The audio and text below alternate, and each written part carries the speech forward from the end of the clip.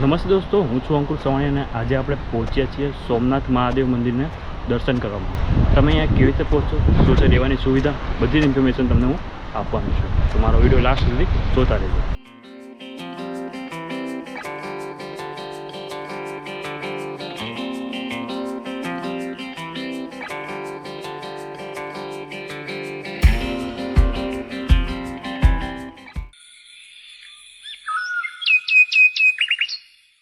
દોસ્તો, આપણે પહોંચી ચૂક્યા છીએ સોમનાથ જીએસઆરટી બસ સ્ટેન્ડ. અહીંયા તમને પહોંચવા માટે ગુજરાતથી અલગ અલગ જગ્યાએ એસટી બસ તે ઉપરાંત પ્રાઇવેટ બસો આસાનીથી મળી રહેતી હોય છે. તે ઉપરાંત ટ્રેન દ્વારા તમે આવવા માંગતા હો તો સોમનાથ અથવા તો વેરાવળ સ્ટેશન નજીક આવેલું છે ત્યાં સુધી આવી શકો છો. વેરાવળથી તમને ઓટો અથવા તો બસ દ્વારા આસાનીથી સોમનાથ સુધી પહોંચી શકો છો.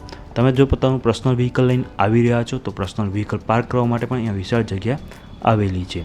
અહીં પાર્કિંગ માટે તમારે બાઇકના 30 રૂપિયા, કારના 50 રૂપિયા અને બસના 100 રૂપિયા ચાર્જ દેવું પડતો હોય છે. સોમનાથમાં રોકાવાની વાત કરીએ તો તમને સોમનાથ ટ્રસ્ટની બહુ બધી હોટલો એ બધું જોવા મળી જશે. તો તમારે રોકાવું હોય તો અગાઉથી બુક કરાવીને આવજો. તે ઉપરાંત મંદિર આજુબાજુ તે ઉપરાંત રેલવે સ્ટેશન આજુ બહુ બધી હોટલો જોવા મળી જશે.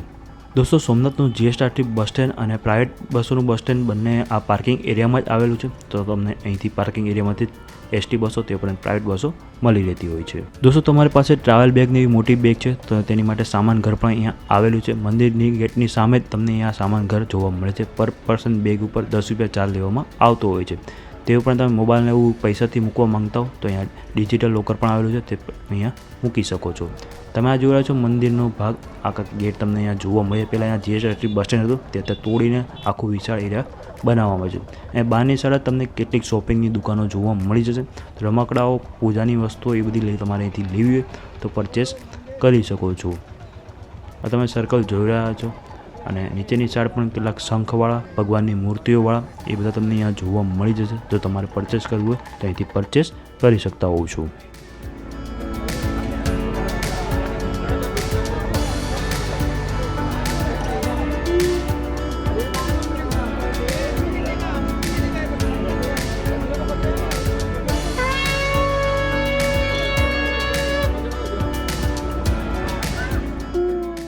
દોસ્તો, જેવા જ આપણે ગેટની અંદર પસાર થતા હોય તો અહીંયા વિશાળ એરિયો તમને ખાલી જોવા મળી જતો. બસ સ્ટેન્ડને આગળની જે બધી હોટલો ને એ બધું હતું અત્યારે તોડીને આ સોમનાથ મંદિર બહુ વિશાળમાં લાંબુ કરી દેવામાં આવ્યું છે.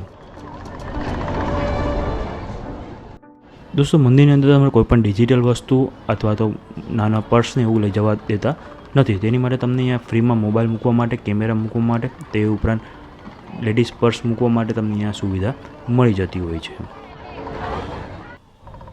દોસ્તો, તમે આ જોડો છો મંદિરની અંદર ગેટ એન્ટર થતાં તમને અહીંયા વિશાળ જગ્યાઓ જોવા મળે. બધી આ કવર કરી દેવામાં આવે. બહુ વિશાળ જગ્યામાં મંદિર પાથરી દેવામાં આવે છે. આ સામેની સાઈડ તમે બેરીગેટ જોઈ રહ્યા છો. ત્યાંથી તમારે જો મંદિર સામે ઊભા રહીને ફોટા ને બધું પાડવું હોય તો અહીંયા સુધી તમે લઈ જઈને ફોટા ને બધું પાડી શકતા હો. તમને મંદિરનો ખૂબસૂરત વ્યૂ તમને જોવા મળતો હોય છે. તમે સામે લોકો જોતા જોઈ રહ્યા છો તો એક સાઈડનો ગેટથી તમે જઈ શકો છો અને બીજી સાઈડથી તમે રિટર્ન આવતા હોવ છો. પ્રસાદની એવી દુકાનો તમને અંદરની સાઈડ જ મળી જશે. તો પ્રસાદને એવું તમારે અંદર લેવી હોય તો 3 થી 4 દુકાનો તમને જોવા મળી જવાની છે.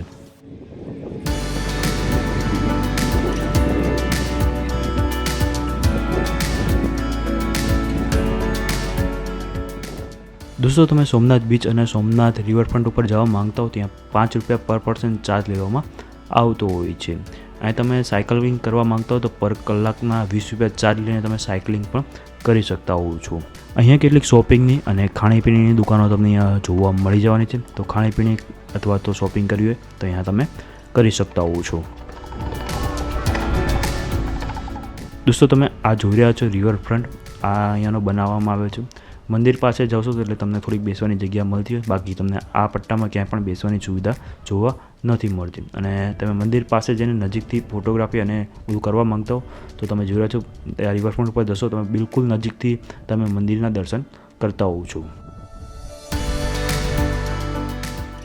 દોસ્તો, તમે જોઈ રહ્યા છો આ ખૂબસૂરત મંદિરનો વ્યૂ તમને અહીંયા જોવા મળતો હોય છે અને ફોટોગ્રાફી ને બધું તમે અહીંયા કરી શકતા હોવ છો.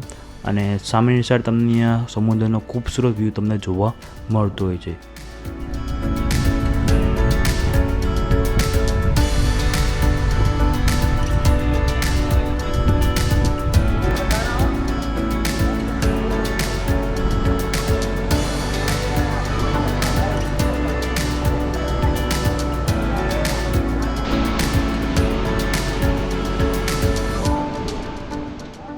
દોસ્તો તમે અહીંયા સોમનાથ બીચ ઉપર પણ આવી શકો છો. તમે જોયા હશે સોમનાથ બીચ. અહીંયા તમે ઊંટ સવારી ઘોડે સવારી પણ કરી શકતા હોવ છો. અહીં તમને હનુમાનજીની ખૂબસૂરત મૂર્તિ જોવા મળી જવાની છે, તો તેની સાથે ફોટો પડાવવાનો ના ભૂલતા. આ તમે બીચ જોયા સોમનાથ બીચ. તમને અહીંયા ઊંટવાળા ઘોડા સવારીવાળા બહુ બધા જોવા મળતા હોય છે. અહીંયા નાહવાની પરમિશન નથી, કારણ કે આ ઊંડો બીચ છે, તો તેના લીધે તમે અહીંયા નાહવાની બધી પ્રવૃત્તિ કરી શકતા નથી. થોડેક સુધી જઈ શકો છો, પરંતુ નાહવાની એવી વસ્તુઓ અહીંયા ના કરતા, કારણ કે તમે ડૂબી પણ શકો છો. તમે જ્યાં ખૂબસૂરત વ્યૂ સમુદ્રનો, આવો ખૂબસૂરત વ્યૂ તમને અહીંયા સમુદ્રનો જોવા મળતો હોય છે. તમે જઈ રહ્યા છો તો ખાસ ધ્યાન રાખજો, નાહવાને એવું ના જતા. શાંતિથી તમે આ ફરી શકો છો, બેસી શકો છો અને આ સમુદ્રનો આનંદ લઈ શકતા હોવ છો.